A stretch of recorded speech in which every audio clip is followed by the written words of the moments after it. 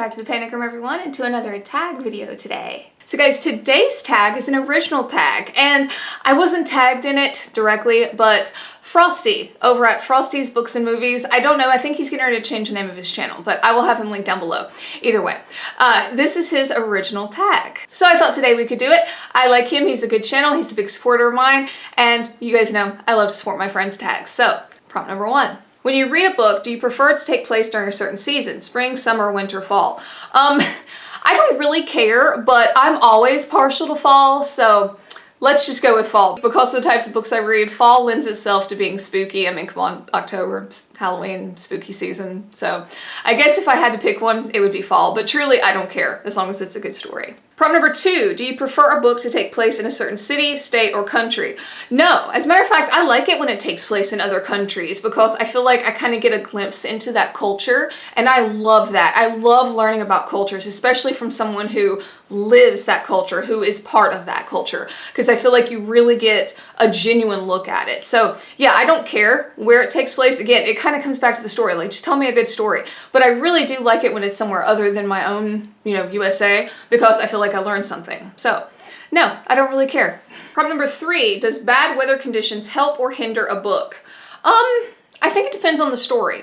If you're telling a story that is dependent on your characters, like being able to get somewhere or being able to get out of somewhere, I think that bad weather conditions can help the plot of the book, maybe hinder your characters, but help your story. So I think as long as it's wove into the story correctly and properly and well, then I think bad weather conditions can be a great thing. So it really is dependent on the story for me, about as far as what the weather contributes. Prompt number 4, do you prefer one bad guy or multiple in a book? Usually I like one just because, you'd like to hate one person, right? But I think there are good stories that have multiple bad characters, whether they work together or, they're just different points in the main character's life, like different low points, so to speak. Usually I would probably go on the side of one, though. I think most of the books I read, it's just one bad character. A lot of times the books I read, the bad character is the main character, so. But really, and I know it's going to be a broken record, it really does come back to the story. Depending on what the story calls for, I think multiple can be fine too. But if I had to pick, I think I would go with just one main bad guy. Prompt number 5, average number of books you tend to read in a year. I have no idea. At the time of me filming this, I think Goodreads told me I read 42 books in 2022. So I guess that. You guys know I don't keep up with that kind of thing. I just read books. Prompt number 6, the book and author you most look forward to in 2023. I don't know. This goes back to the same reason that I have no idea the average number of books I read. I don't keep up with this kind of thing.